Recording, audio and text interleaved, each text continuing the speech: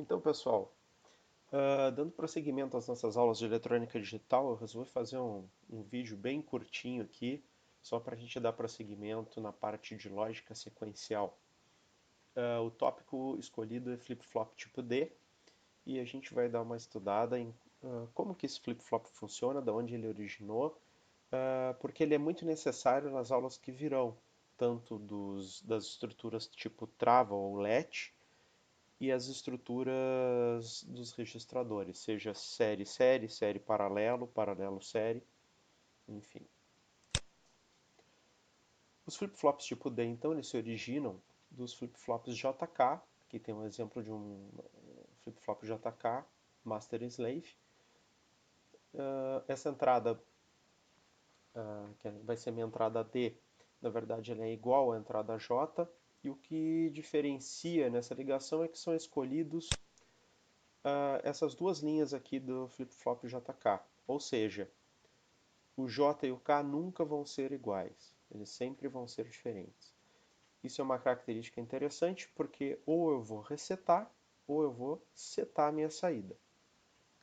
Para fazer isso, a entrada J é sempre o inverso da K e a minha entrada é igual à entrada J. Então, coloquei isso aqui no texto, né, onde J é igual a D, o dado, e K vai ser o não dado. Tá? Bom, aqui o que eu tenho? Eu tenho um exemplo típico de um flip-flop JK, que é o 74. Na verdade, são dois flip-flops dentro do integrado.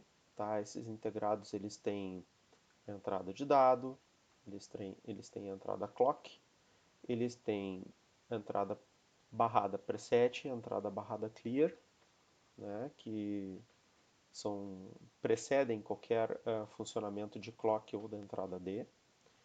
E tem como saída Q barra e Q, certo?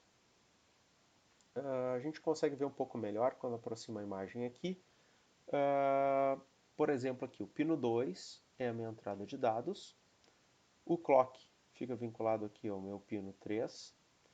O preset e o clear, como eu falei, eles precedem qualquer informação de D e clock.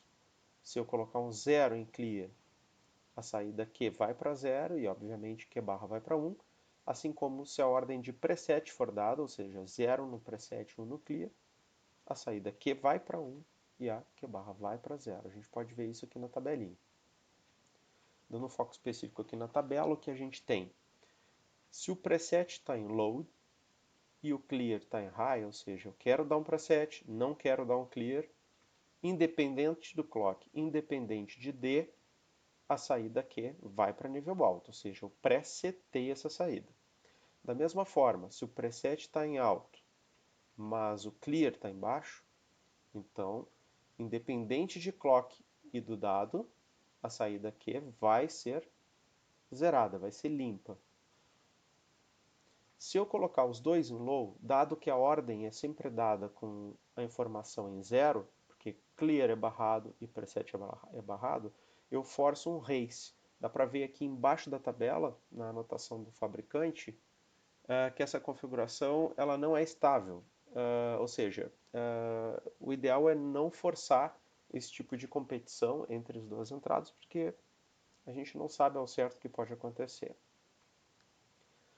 Aqui, se tanto o preset quanto o clear estiverem desabilitados, aí vai depender da borda de subida da entrada clock, né, porque ele é sensível à borda de subida. Vendo essa borda de subida, se o dado que tiver lá for um dado em nível alto, a saída também vai seguir essa entrada, ou seja, também vai ser alta. Da mesma forma que, estando desabilitado o preset e o clear, e o clock acontecendo, ou seja, vendo uma borda de subida, se o dado for zero, a saída vai ser zero. Aqui na última análise, o preset e o clear estão desabilitados, ambos em nível alto. Se o clock é low, se o clock é baixo, ou mesmo se ele for alto, ou for borda de descida, tanto faz, não importa o que tem na entrada D, o que eu vou ter na saída vai ser o meu estado anterior, o que já havia lá, ok? Então, pessoal, basicamente é isso aí. algumas outras possibilidades de eu encontrar flip-flops tipo D, algumas, né?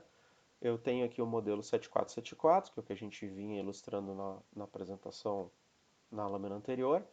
Ele contém uma dupla, né, de flip-flops D.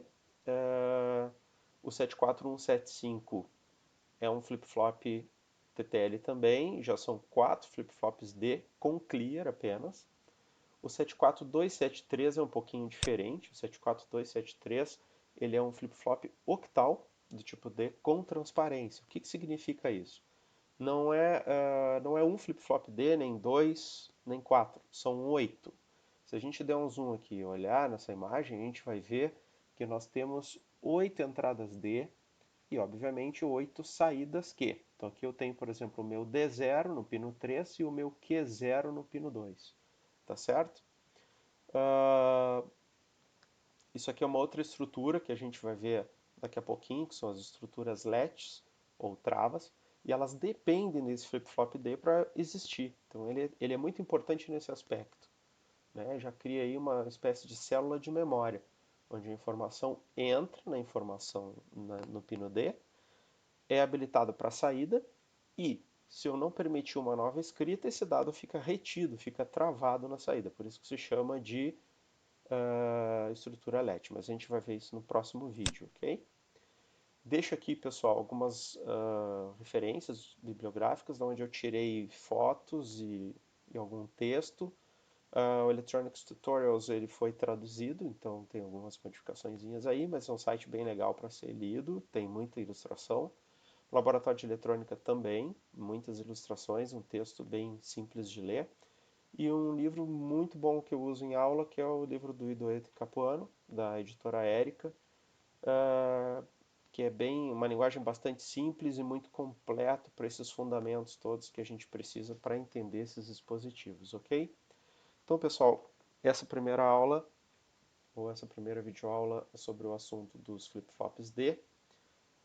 E eu quero agradecer vocês e mantenham contato, deixem suas sugestões, se inscrevam no canal, porque eu estou lançando vídeos direto agora, e principalmente para ajudar os alunos das disciplinas do IFRS que trabalham com a gente, mas estão todos convidados a participar aí e são todos muito bem-vindos. Um abraço.